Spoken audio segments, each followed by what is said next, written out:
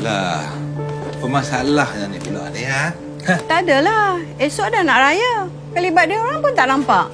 Sabarlah sikit. Kita pergi makan. Kita beli apa yang patut. Okey. Misi bermula. Okey, on. On. On.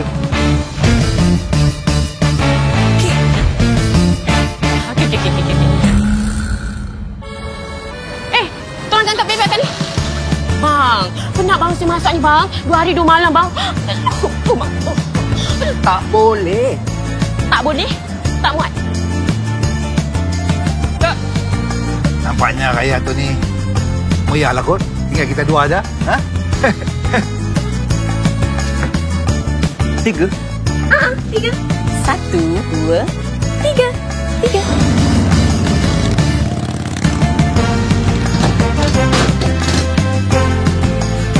Minta tolong sangat, bang. Untuk saya breakdown.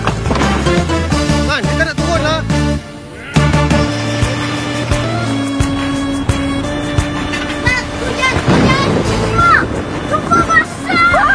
Hujan bang! Tadi kenapa siap sofa plastik?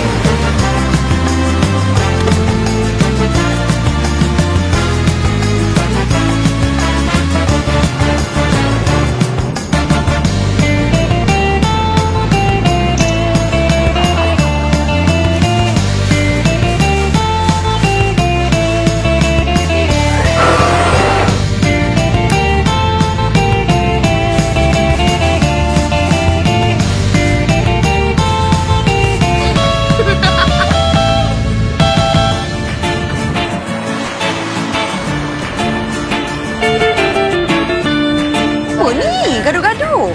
Duduk diam-diam ya. Usik lagi baju tu, siaplah. Jatuh!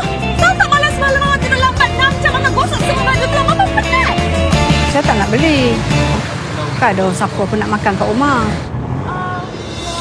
Siapa nak angkat ni?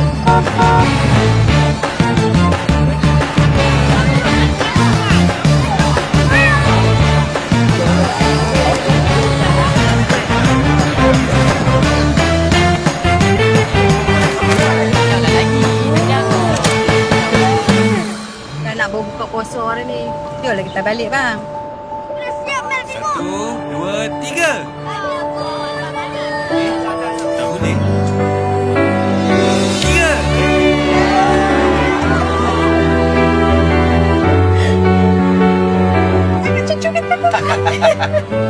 Kan saya dah cakap.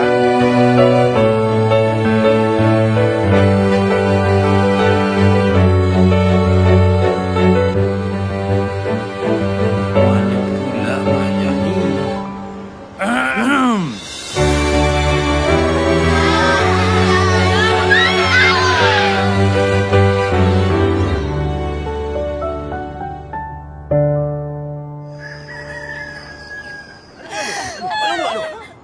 Okey. Dah siap. Dah siap dah. Apa yang tak kena ni? Baju besok